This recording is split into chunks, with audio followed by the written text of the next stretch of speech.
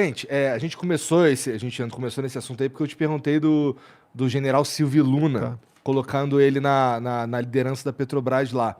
É, Foi na gestão dele que os preços começaram a subir? Mas não foi culpa dele também. Não é isso que eu Veio tô dizendo. também a questão a pandemia tinha aquela máxima, fica em casa, que a economia a gente vê depois. Olha, se você está produzindo menos, tem menos coisa na prateleira.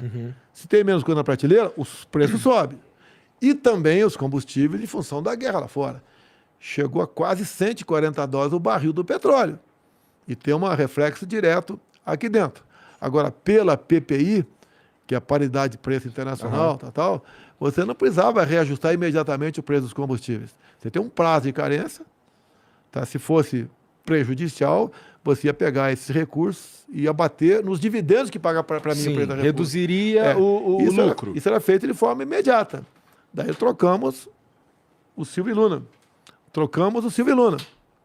Tá, entrou um outro garoto lá, né? Um garoto, porque eu tô com 67 anos, já tem gente que é bisavô com essa idade minha aqui. 67? 67. Que não deu certo também. Daí trocamos, botamos o Caio, que era da equipe econômica do Paulo Guedes. Conversamos com ele. Caio, estuda o PPI. Veja quando é que nasceu o PPI. Nasceu quando o preço do petróleo estava lá embaixo. Então não tinha... A PPI foi necessária, no meu entender, para estancar a hemorragia da Petrobras. Porque o endividamento da Petrobras de 2003 a 2015, você sabe quem governou o país nessa época, chegou a 180 bilhões de dólares. 900 bilhões de reais. Passamos a ser a empresa mais endividada do mundo. Por quê? Refinarias começaram a ser feitas, 3 não concluídas. Compra-se Passadina, que era um ferro velho. Compra-se plataformas e não chegam. Preços superfaturados. Loteamento político da diretoria da Petrobras. Então tinha que estancar a hemorragia. Estancou. Daqui para frente, se tiver que mudar, vai mudar, mas com responsabilidade. Agora, não precisa mudar o PPI. Como eu disse para você, o PPI não é o reajuste imediato.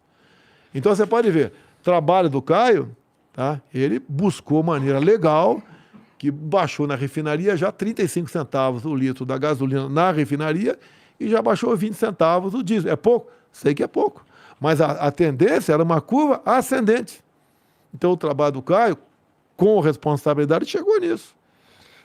E por que a gente não... Tem uma galera, eu estava conversando com... não vou lembrar quem. Mas a gente tem um problema que a gente produz, a gente extrai bastante petróleo, mas a gente não consegue refiná-lo aqui. As nossas refinarias, né, não têm a capacidade de refinar o volume que nós consumimos. Não era para a gente já ter resolvido isso? Sim. Em 2004, 2005, começaram a fazer 3 refinarias no Brasil, 2 no Nordeste e 1 no Sudeste. Nenhuma foi concluída, se torrou em torno de 100 bilhões de reais e virou um terreno abandonado, 3 terrenos abandonados.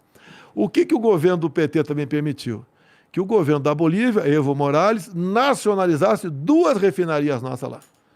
E, inclusive, o ministro das Relações Exteriores da época foi favorável, falou que o Brasil estava tendo um comportamento... Não era solidário, um comportamento imperial, vamos assim dizer. O tema era outro. Por estar usando o território da Bolívia. Que a Bolívia era dona daquele pedaço. Um comportamento imperialista. Só para entender, presidente, desculpa, é que assim, desse assunto eu tô meio por fora. Você está dizendo que o Brasil tinha 2 refinarias na Bolívia, sim. Que eram nossas, a gente pagou para fazer e os caras só tomaram, foi isso? E o próprio, agora não quero falar o nome, né? O presidente da época, ele gravou depois, tem um vídeo depois dele dizendo que o Evo Morales o procurou e falou sobre a nacionalização. E ele falou, petróleo não é de vocês? Então não se discute, é de vocês. E daí tomou numa boa. Pagou uma merreca, um pagamento simbólico, e nós perdemos 2 refinarias lá. Então, se nós tivéssemos feito pelo menos 2 refinarias, nós seríamos autossuficientes e refino. E não somos. Ou seja... E a gente fica refém do PPI. Sim, o cara bota o preço que quiser lá fora. Você pode ver, quando você vê agora esse conflito, né? Ucrânia-Rússia, alguns países da Europa tiveram a sua cota de gás diminuída. Os caras precisam de energia. Vão buscar o quê? Diesel. E se tem mais gente buscando diesel, o preço vai lá para cima. Sim. Então, esses fatores todos, preço, o valor do dólar, preço do valor do petróleo lá fora, procura de diesel, faz com que o preço seja estável. Agora, uma refinaria você não faz em 2, 3 anos. É de 4 para cima. Sim. Nós não investimos com mais profundidade nisso por causa da pandemia, que o Brasil passou um momento difícil na economia. 2020, por exemplo, nós gastamos 700 bilhões de reais com a pandemia. Quase metade disso com auxílio emergencial. 2020? 2020. Você pode ver, o que aconteceu em 2020, março, começou a política do fica em casa, lockdown, fecha tudo. Quem tem salário fixo, né, tem estabilidade no emprego, sobrevive. Quem tem uma poupança... O senhor está falando do comecinho da pandemia. Sim, março de 2020. Tá. E daí o que aconteceu? Quando começou obrigando o povo a ficar em casa, e eu fui para Taguatinga, Ceilândia, né, bairros pobres lá da periferia, de moto, e entrava na casa das pessoas, posso ver tua geladeira? Não tinha nada. São pessoas que vivem na informalidade. É o churrasquinho de gato, no Rio aqui a água é o biscoito na praia, aqui em São Paulo aqui é vender biscoito aqui, o picolé na arquibancada, é o cara que conserta a máquina de lavar roupa, é o mecânico, é o informal. Esse pessoal foi obrigado a ficar dentro de casa, a massa. Nós levantamos naquele momento 38 milhões de pessoas. Vamos viver do quê? Eu chamei o ministro da Defesa.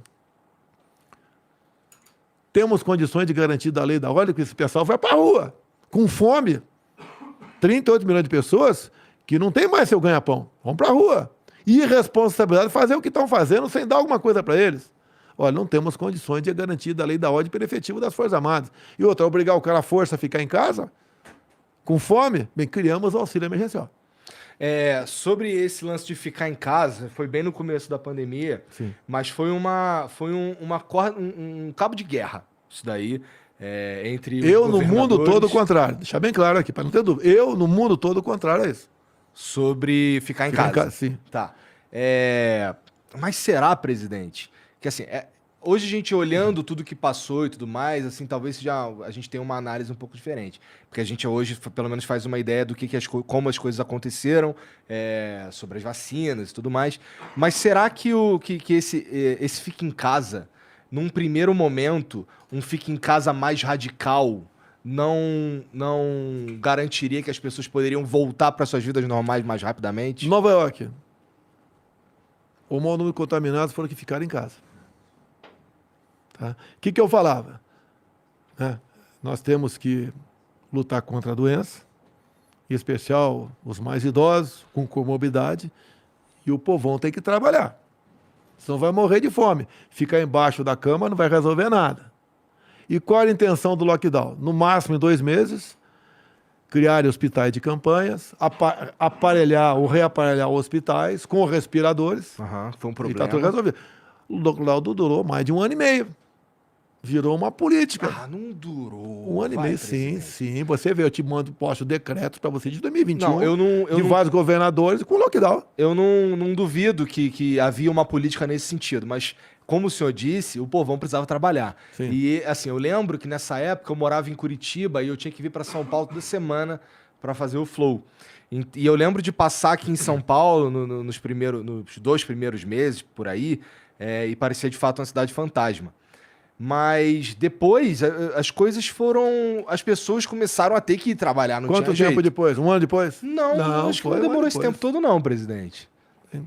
Eu assim, não estou 2020 dizendo que não foi uma questão de... 2020, grande parte dos estados, os governadores, por decreto, fechavam tudo. Exato. E às vezes o governador não fechava, o prefeito fechava.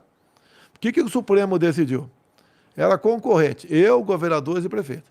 Só se eu, por exemplo, decretasse área amarela em São Paulo, o governador podia botar área vermelha. O prefeito no seu município podia botar uma área roxa. Foi o STF deu esse poder para ele. Deu esse poder para ele. Não sei por que fizeram isso. Me tirar de mim o poder de conduzir essas medidas da pandemia. E o que eu falava lá atrás? O vírus veio para ficar, infelizmente. Não é que eu quero, veio para ficar. Tanto é que não foi embora até hoje, nem vai embora mais. Fica rodando pelo mundo. E não é essa a solução. Daí, por exemplo, o meu ministro da Saúde, tal do Mandetta, ele fez um protocolo, quem estava com Covid ia para casa, quando sentir falta de ar, ir para o hospital. Daí eu falei, vai ao hospital fazer o quê? ser entubado? Esse é o remédio? Por que que você não garante a liberdade do médico clinicar seu paciente? Porque o médico sabe disso.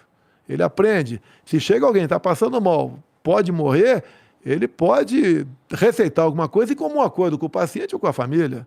Então o tratamento precoce deixou de existir. Eu ainda falei para o Mandetta, vai para o hospital para ser entubado, o remédio é tubo, por que não deixar o médico clinicar? Você pode ver, na Guerra do Pacífico, por exemplo, o soldado chegava ferido, não tinha quem doasse mais sangue, e os médicos começaram a botar água de coco na veia dos caras, e salvou. Os remédios, muitas vezes, são descobertos por acaso. Você pega a África subsaariana, daí a pessoa fala, não tem informações precisas sobre a África. Tá? Por que morreu pouca gente lá? Proporcionalmente falando. Eles tomavam remédio, não vou falar aqui para evitar aí, eu querer derrubar a tua live aqui, um remédio que servia para combater a cegueira dos rios. Você pode ver, o que aconteceu com a China agora, há poucas semanas? Uma crise de Covid na China. Eu te pergunto, a Coronavac de onde é? Não é da China? Eles não tomaram a vacina? Ou se tomaram, por que não teve eficácia? Você não pode discutir esse assunto. Você fica proibido de discutir esse assunto. Eu discuti com embaixadores do mundo todo, no Brasil, né, conversando, ligando para médicos. Região amazônica. Qual o percentual de morte entre civis e militares? Muito maior entre os civis. Os militares estavam usando usando para combater o negócio da malária. E acabou, a hidroxicloroquina. Da malária. Tá. Eu tomei quando eu passei mal. No dia seguinte estava bom, coincidência ou não. Eu vou em eventos por aí. Às vezes tem 2 a 3 mil pessoas me assistindo. Quem é que contraiu o Covid? 70% levanta o braço. Quem usou isso ou aquilo? 90% levanta o braço. Funcionou. E é uma coisa imediata.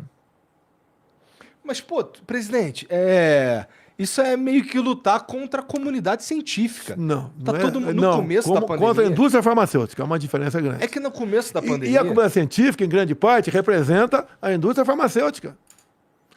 Isso chama de liberdade. Mas é que eu conversei com vários cientistas aqui, inclusive a Esther Sabino, que foi uma brasileira, que foi uma das primeiras, se não me engano, a primeira a sequenciar o coronavírus e tal. E ela estava falando sobre esses remédios aí, que no início, que as pessoas não sabiam como lidar com o corona, foram feitos diversos testes com remédios, e a hidroxicloroquina, a azitromicina, esses remédios aí, eles chegam com uma proposta de, esse remédio serve para outra coisa, mas parece que ele diminui a carga viral, qualquer coisa nesse sentido aí que eu também não vou saber com certeza, aí pesquisem, tá? Nem mesma coisa das máscaras, tira a máscara, bota a máscara, não sei direito como é que funciona. Mas depois, assim, começaram a surgir os estudos dizendo que o lance esses remédios, eles não tem uma relação direta entre ficar bom ou não. Pode ser que não tenha nenhuma mesmo, né? Pode ser um placebo? Pode ser. Mas chama-se liberdade médica, autonomia médica, que foi também castrado essa questão. Você quer ver? Quando se fala em vacina, me acusam de não ter comprado vacina. Em 2020, quando é que começou a primeira vacina? Em dezembro, no Reino Unido. A Pfizer, eu vi o presidente da Pfizer dizendo que estava em negociação com o governo brasileiro desde maio, eu acho, 2020. Sim. Né? 2020. E aí, como é que foi? Por que olha só, o que acontece? Vai. Eu acredito que 90% do pessoal que está me ouvindo aqui não lê a bula de remédio. Eu não leio. Tá? Se eu não ler. Agora, eu li a bula, que era o contrato da Pfizer. Tá. Em 2020, estava escrito lá, um dos itens, não nos responsabilizamos por qualquer efeito colateral. Falei, peraí. Mas isso não é padrão? Não. Tipo, os Estados Unidos assinam a parada Ninguém dessa. é contra a vacina. Eu tomei um montão de vacina na minha vida. Essa agora é uma vacina experimental. Uhum. Quem está fabricando não se responde, que efeitos colaterais são esses? Daí eu lancei aquela do jacaré. Pelo amor de Deus, cara. Uma figura de linguagem. O mundo caiu na minha cabeça. Eu já falei algumas vezes aqui, não é porque o senhor está na minha frente, não, mas eu já falei aqui que tem tanta coisa para criticar isso, daí não me parece ser uma melhor delas, né? Eu poderia falar outro bichinho qualquer, né? Quem sabe fosse mais simpático, tá certo? Mas figura de linguagem, o mundo caiu na minha cabeça. Castraram a liberdade do médico. Inclusive teve um projeto de lei do senador, agora vale a pena tu ouvir, do senhor Omar Aziz, que eu dei uma força no projeto de lei dele. Ele condenava até 3 anos de cadeia o médico que receitasse qualquer coisa fora da bula. Até a vovó, né, o chazinho da vovó ia ser condenado. E tem muito remédio que você usa para uma coisa hoje, mas é recomendado para outra. Sim. Sim. Então ele queria 3 anos de cadeia. Agora, o Omar Aziz tem uma história bacana. Eu podia ter acabado com a CPI logo no começo. Chegou lá uma medida provisória nossa, tratando desses assuntos, e daí ele entrou com uma emenda, juntamente com o deputado federal Renildo Calheiros, irmão do Renan Calheiros, a mesma emenda, dizendo o seguinte, né, que prefeitos e governadores podiam comprar qualquer vacina no mundo, sem certificação da Anvisa e sem licitação. E quem ia pagar a conta era o governo federal. Se eu faço vista grossa ou deixo aprovar, estava sendo feita a festa de muitos governadores e prefeitos. Então tem muita gente honesta, não ia fazer isso aí. Tá? Deixa bem claro isso aí. Imagine a festa que ia ser. Já fizeram, o consórcio do Nordeste, são 9 governadores, já fizeram a festa. Quando a gente mandava dinheiro para lá, tu lembra dos 50 milhões para comprar respiradores? Via Carlos Gabas, que quase foi ministro da Defesa do governo Dilma. Tá? Ele pegou 50 milhões e comprou, entre aspas, gastou com uma casa de maconha, gastou 50 milhões e não recebeu um só respirador? Carlos Gabas. Carlos Gabas, você pode ver. Isso foi... Eu vi que eles tinham negócios ligados à maconha, mas que uma casa de maconha. Mas que eles fizeram isso daí, vou anotar aqui para dar uma pesquisada depois. Tá. Então o que acontece? Gastaram 50 milhões, pagaram, não receberam um só respirador. Quantos nordestinos que não morreram por falta de ar, por essa irresponsabilidade? E na CPI, quando um senador lá, isento, entrou com um pedido para convocar o Carlos Gabas, o que o Renan Calheiros fez? Não estamos aqui para apurar desvio de recursos. Essa é a briga que a gente enfrentava. A turma do Renan, de Omar Aziz, de Randolfo Rodrigues, queria, naquele momento, comprar vacina a qualquer preço, em qualquer lugar do mundo, a Anvisa fora, queria até dar um prazo de 48 horas para a Anvisa decidir, tá? E sem licitação. E daí o que acontece? Como eu estou brigando contra isso, quando o Congresso, em março do ano seguinte, aprovou um projeto de lei, que virou lei, dizendo que a responsabilidade não era minha, vamos comprar então, era. E compramos, não só da Pfizer, como outras também, Coronavac. Responsabilidade de efeitos adversos. Sim, sim. Tá. E você pode ver, eu não forcei ninguém a tomar vacina. Isso chama-se liberdade. Na verdade, pelo contrário, presidente. Com todo respeito, que você sabe que toda vez que você fala, toda vez que todas as ações que você toma, elas repercutem no Brasil em forma de influência. O lance do senhor não tomar... Não sei se o senhor não tomou a vacina, mas assim... O lance não, do eu não senhor... tomei a vacina. Me recomendaram até tomar uma água destilada. Tá. Eu não vou, eu posso enganar você, não vou enganar mim. Então, o lance do senhor não tomar vacina acaba influenciando a galera a não tomar vacina. Influencia alguns. Eles vão ver, não é que a minha palavra está valendo. Eles foram ler a bula. Porque... Meio que a palavra do senhor está valendo, presidente. Você desculpa. Não. Com todo respeito, Tá. mas é que o senhor, de fato, assim, o senhor influencia. Minha sogra, que estava lá embaixo para tirar foto contigo, cara, ela basicamente vai fazer o que o senhor Peraí, vamos lá. pô. O Aguinaldo Timóteo estava vacinado? Morreu do quê? Tarcísio Meira estava vacinado? Morreu do quê? Tem um estudo israelense que a Pfizer tem uma validade de 4 semanas. Agora, você falar isso aí, o pessoal me recomenda, não toque nesse assunto. Poxa, eu tenho que falar a verdade pro pessoal, pô. Não quer votar mais em mim? Lamento, né? Posso fazer o quê? Eu tenho que falar a verdade. Você pode ver, estão vacinando criança agora a partir de 3 anos de idade. Essa vacina é para uma cepa que não existe mais. Estou mentindo? Não existe mais. Bom, eu é uma outra cepa. Que eu preciso saber. É uma outra cepa. Agora, o que interessa? Eu comprei vacina para todo mundo. 500 milhões de doses. E fomos o país que, mesmo proporcionalmente, mais vacinou. E tem gente que quer tomar a 3ª, a 4ª dose. Sem problema nenhum. Enquanto quiser tomar, vamos dar a vacina. Agora, respeitem quem não quer tomar a vacina.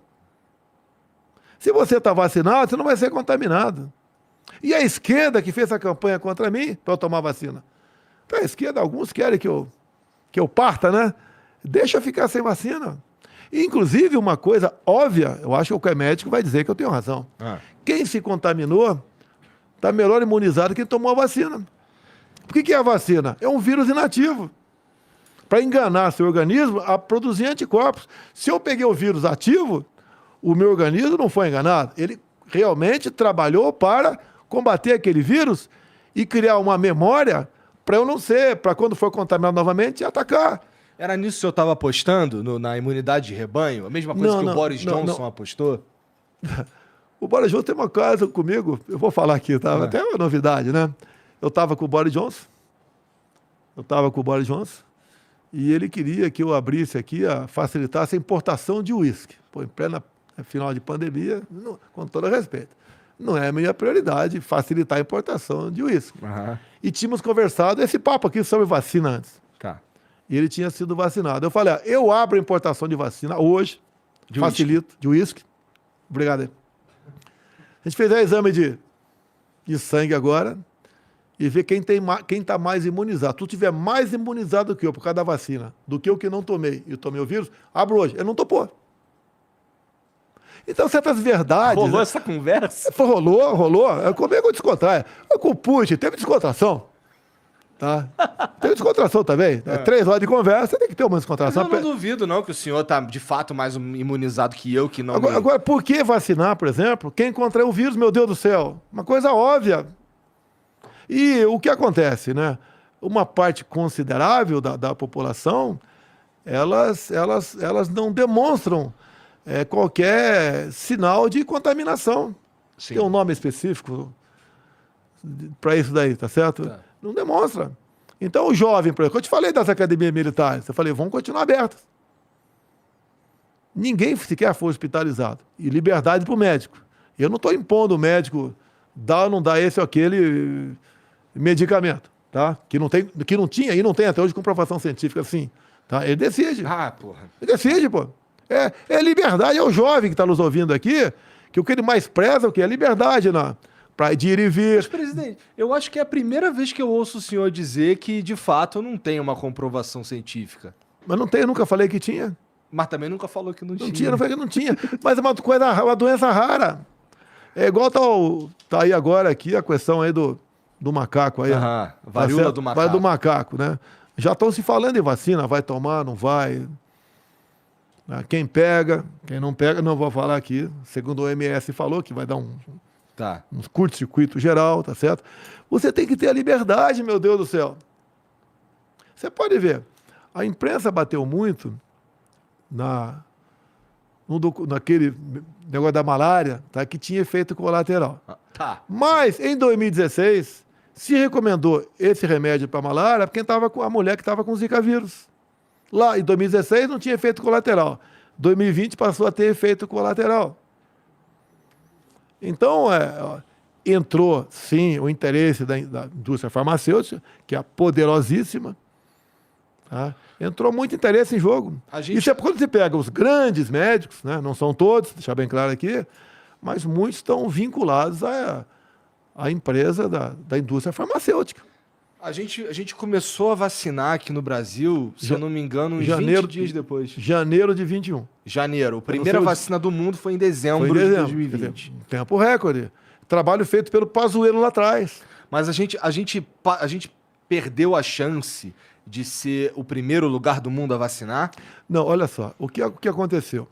Os países que produziam vacina, a prioridade é para o seu povo. Faz sentido. E não tinha vacina, assim.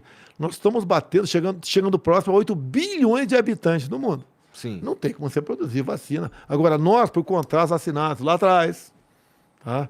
Nós conseguimos até melhor negociar com a Pfizer o contrato de 21 do que o previsto de 20. Tá. Então entrou várias vacinas.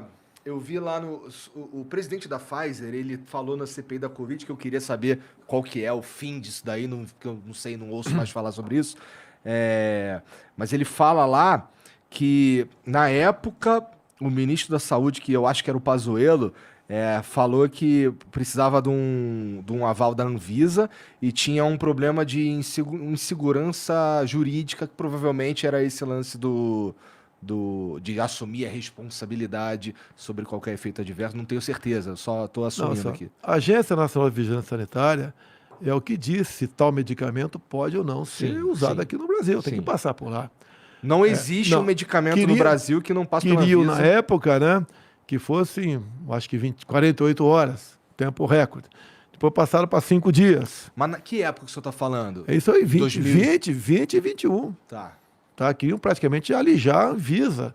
O presidente da Anvisa brigou contra isso. Porque quando você pega, por exemplo, a documentação de uma vacina, são 10 mil páginas, que você não vai ler assim, né? Você vai ter que ler e interpretar. Não é ler, você tem que ler e interpretar. E a responsabilidade passa a ser do pessoal da Anvisa. Então, o almirante Barra exigiu que aquele tempo era muito exíguo. Não dava para fazer daquela maneira. E a imprensa pancada nele, pancada em mim. Eu não interferi em nada. Eu fui pela legalidade. Olha, esse medicamento não tem a comprovação científica ainda e eu não posso assinar, comprar, porque o mundo vai cair na minha cabeça. Se o cara virar jacaré, lembra, né? O mundo vai cair na minha cabeça. E eu não quero ter essa responsabilidade. Tanto é que eu mostrei, eu falava nas minhas lives, que a Pfizer não se responsabiliza por efeitos colaterais. A decisão é tua, cara, não é minha. Tô mostrando pra você. Era muito mais fácil eu estar do outro lado. Era muito mais fácil. Eu acho que o senhor sairia como herói, inclusive. Sim. Eu acho que a aposta... Porque assim, você está falando várias vezes aqui que foi pelo que o senhor acreditava ser certo. Sim. Mas ficar do outro lado da aposta era politicamente muito melhor. Eu não fiquei do outro lado do politicamente correto. Eu fiquei em cima do muro. Olha, é isso. Você tem que decidir se vai tomar vacina ou não. Como eu falei agora, a questão de criança. Você tem que decidir. Você tem que ler a bula, meu Deus. É o teu filho que está em jogo, a vida dele. Essa vacina é boa, não é? Quais são os efeitos colaterais? O CDC, que é a Anvisa americana, diz que os efeitos colaterais começarão a ser mostrados para o mundo no final de 22, 23. Quais são os efeitos colaterais? Inclusive, a Pfizer pediu um sigilo, acho que por 70 anos, 50 anos. Depois a justiça americana derrubou isso aí. Por que sigilo 50 anos? Por que você não pode ver o que está acontecendo ali? O que é isso aí? Tá? Agora é abrir a cabeça das pessoas. O ser humano...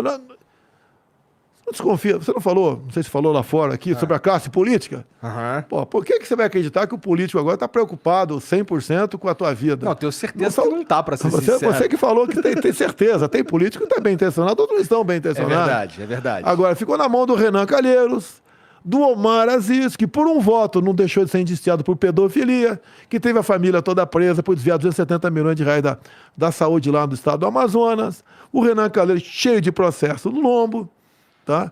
O senhor Randolfo Rodrigues, que saltita para lá, saltita para cá, cada um está num lugar. Tá? Essas pessoas que vão decidir a tua vida. Inclusive, o Randolfo Rodrigues tinha, comecinho de 2020, ele fez uma live dizendo que ia dar uma medalha para médicos que estavam receitando o tratamento precoce. Ele mudou de ideia. Para ficar contra mim, com toda certeza. Pô, uma CPI virou É o Randolph, né? O CPI virou um circo. Me acusaram lá. Os caras fizeram um relatório, mandaram para o Supremo, caiu na mão de um ministro, ele passou, como envolvia eu, por exemplo, foro privilegiado, pediu informações ao Ministério Público. E o MP pediu as provas da CPI. Uma das acusações minhas é charlatanismo. Charlatanismo, eu tenho um escritório aqui, né, um consultório, e receitar alguma coisa. Porque eu falava no tratamento para malária e para a cegueira do Rios, passei a ser charlatão. Então, a CPI que me acusou de corrupção virtual. O lance das vacinas que não foram compradas. A vacina Covaxin. Primeiro, qualquer ministério, eu não sou ordenador de despesa. Então, cada ministro responde por suas compras. Né? Lembra do leite condensado? Lembro. Eu comprei 4 milhões de reais de leite condensado para mim. Eu lembro das próteses penianas também. Prótese peniana. Até brincando aqui, foram poucas, acho que foram 20 ou 30. Pô, no exército só tem 20 brochas, pô. Tá certo? Só 20 brochas no exército. Igual, por exemplo... Olha essa aí, Cid. Também o comprimido lá, Viagra, Cialis. Sim. Foram 300 mil comprimidos. Pô, um cara normal... Mas isso não passa pelo senhor, no fim das contas. Não passa, né? Um cara normal vai usar um Cialis, uns 300 comprimidos por ano. Se você botar 300 mil dividido por 300, só 1.000 pessoas estão usando isso aí. Agora, o Viagra e o Cialis é usado para outras coisas. É verdade. Tanto é que ele existiu, Eles não são foi... vasodilatadores. Né? Isso, não foi para combater a disfunção erétil. Não foi para outra coisa. Mas a prótese peniana não tem outro uso. Não, né? mas não tem mulher que tira o seio? Tem. Pois é, tem cirurgia para ela também. A prótese peniana, o elemento tem relação sexual, por exemplo, e quebrou o instrumento dele. Tá. E quando a gente escuta falar de um colega, né? Nós nunca quebramos, não, os já ouvi colegas, falar nas os histórias. colegas quebraram. Pô, o cara tem direito a esse tratamento. E outra coisa, os fundos de saúde do Exército, da Marinha Aeronáutica, são bancados por nós. Nós descontamos 3,5% da nossa remuneração para o fundo de saúde. Nós, o senhor está dizendo, As Forças Armadas Militares. Tá. Então, compre-se